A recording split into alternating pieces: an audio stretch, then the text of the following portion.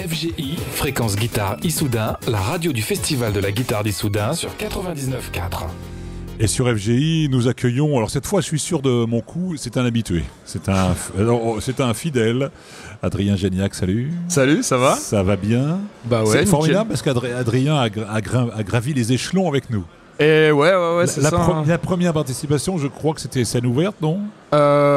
Alors, première participation, ou peut-être même déjà, le plateau tout seul. Je devais avoir un truc genre 17 ou 18 ans non, ici c'était au avant festival. moi, là, oui, d'accord. Donc Oui. ça fait quelques années maintenant. Hein. Non, et Donc ensuite, les afters, voilà. Ah oui, d'abord les afters, oui. Voilà, c'est vrai, on a rencontré, c'est là, ça permet de rencontrer déjà pas mal de musiciens et de participants au festival. Il y a eu les scènes des luthiers, il y a eu les scènes ouvertes. Ah oui, les scènes ouvertes, on s'en souvient. Et Oui. donc à l'époque je jouais de la guitare, après moi je suis revenu avec une plus petite guitare, le ukulélé. Ah ben je me souviens de toi avec le ukulélé, c'est sûr. Et puis voilà, puis j'avais eu les concerts à la maison il y a 6 ans peut-être, il y avait eu un Centre Albert Camus l'année d'après, enfin c'est vrai que... Toi tu as fait la totale. Eh ben ouais.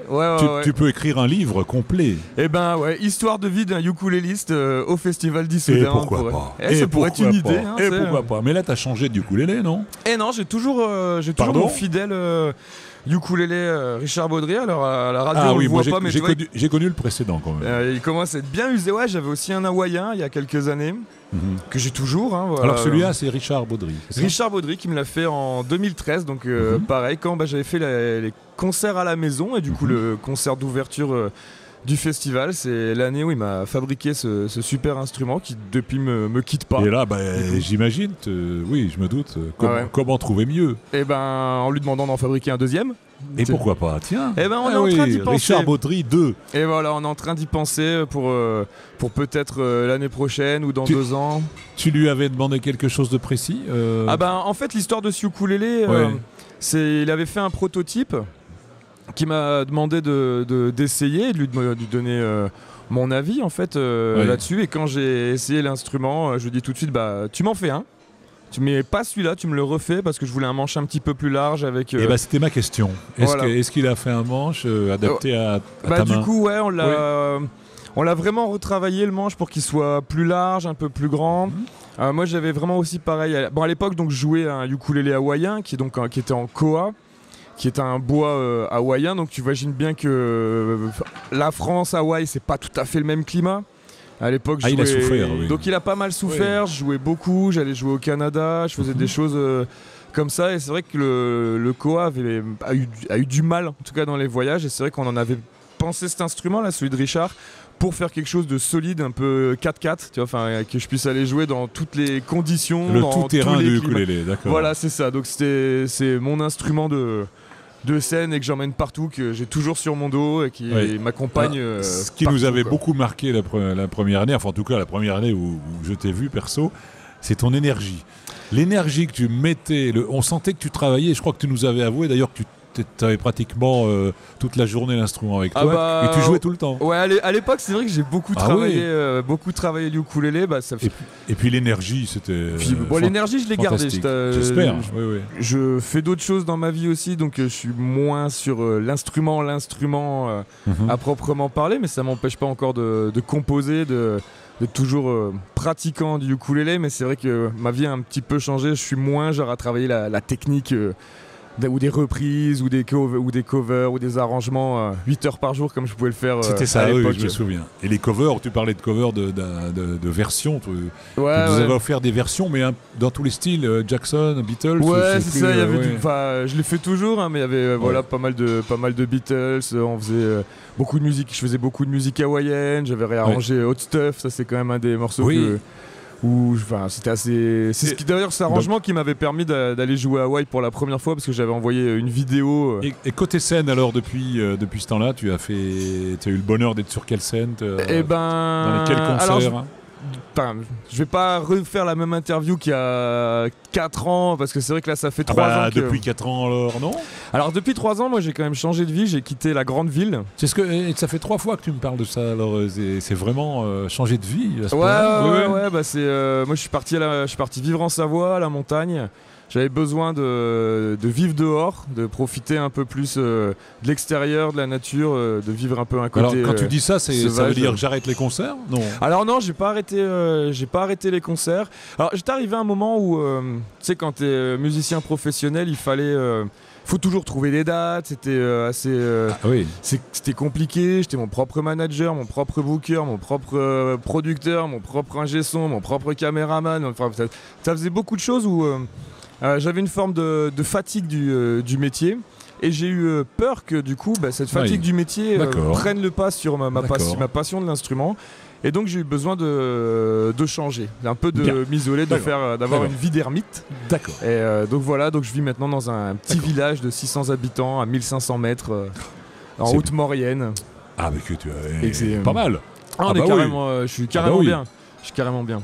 Et ce qui du coup m'a apporté un nouveau travail sur l'instrument, parce que bon, du coup je suis moins soumis au côté professionnel du musicien, même si je fais des concerts régulièrement dans mon village et dans des centres de vacances, dans des soirées d'animation, des choses comme ça, ce qui est bon, peut-être un petit peu moins glorieux que quand on va jouer à Honolulu ou à Montréal ou Los Angeles, mais qui m'empêche pas du coup de jouer, de partager ma passion du coup de l'instrument, et j'ai gardé sur scène quand même cette énergie que j'ai. Et puis voilà, comme je te dis, j'avais un petit peu peur que je perde cette passion et cet engouement pour l'instrument. Donc j'ai préféré prendre un petit peu de recul. Juste avant l'overdose, tu as dit hop, voilà, on arrête. c'est ça. Donc voilà, j'ai même des jobs maintenant, tu vois, ça permet de vivre. Mais du coup, ça m'a aussi, prendre ce recul m'a permis d'être beaucoup plus créatif. Parce qu'avec moins de pression, tu vois, c'est-à-dire que quand tu dois faire un arrangement, quand tu dois filmer une vidéo, tu dis oh là là, il faut que ça fasse le buzz, ou tu sais, on est un peu dans cette recherche de la viralité, des choses comme ça sur la création. Alors ça, c'est une autre facette de la vie de l'artiste qu'on évoque peu, c'est vrai, peu le disent, hein, j'en ai ras-le-bol, ça je l'ai pas entendu beaucoup, totalement. Mais là c'est bien. Oui. Je l'assume totalement, et justement ça m'a permis, en me détachant de tout ça, de pouvoir revenir à l'essentiel de la musique, c'est-à-dire de composer des choses qui me plaisent, qui me parlent et et qu'on va écouter maintenant. Et voilà, donc du coup j'ai choisi 2 morceaux aujourd'hui, si c'est possible. Donc alors l'idée de mon bout de projet, donc pareil, j'ai changé de démarche de composition où moi je pars dans ma montagne, je vais me promener et j'essaye d'entendre de la musique dans ma tête avec ce que le décor et ce que le paysage m'inspire, et d'essayer de rentrer après à la maison, prendre l'instrument et de retrouver ces créations que j'ai eues dans ma tête. Donc là, le premier morceau que je vais jouer, souvent la présentation de mes morceaux commence par « c'est une histoire de montagne, c'est une histoire de rando, c'est une histoire de bivouac ». Donc là, dans ce morceau-là, j'ai essayé d'essayer de transmettre et de transcrire un peu le côté ascension d'un sommet. C'est-à-dire qu'on est dans l'effort, on est dans la difficulté. Donc là, ça raconte l'histoire d'un sommet à 3200 mètres. Le plaisir qu'on a à arriver en haut, la joie de redescendre. Et en fait, finalement, qu'est-ce que c'est pour dire quoi? C'est pour dire le bonheur qu'on a à être dehors, c'est-à-dire à profiter de l'outdoor, de croiser des bouquetins, de croiser des marmottes, de voir le gypaète voler, les aigles. Et donc ce morceau, tout simplement, parce que c'était donc du coup un bivouac de 2 jours avec une nuit, 2 fois le sommet, s'appelle Une nuit au Mont Tabor.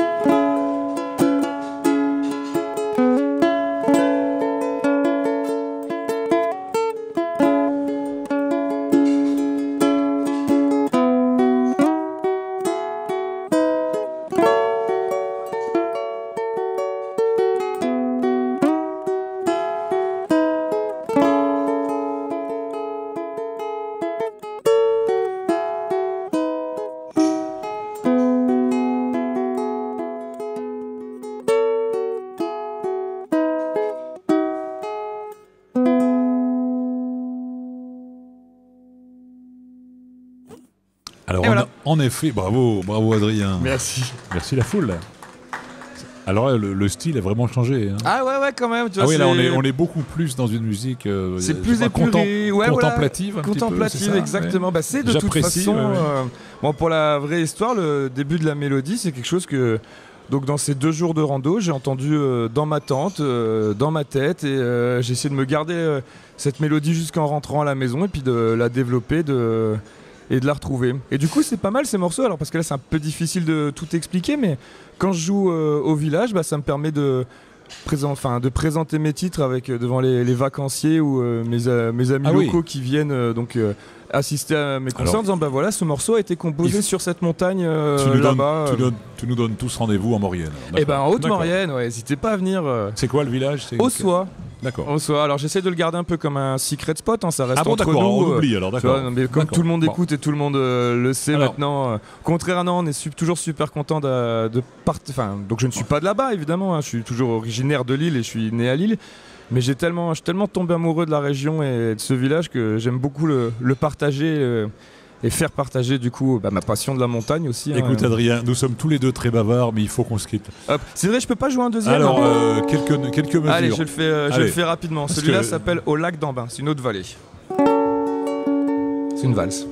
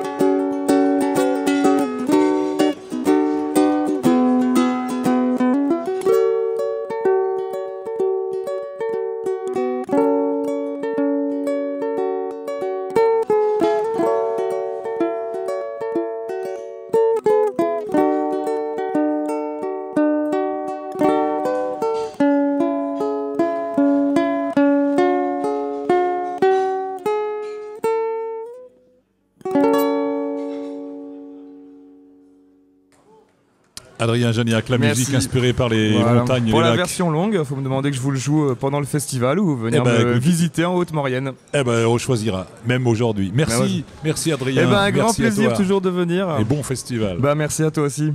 Allez, ciao.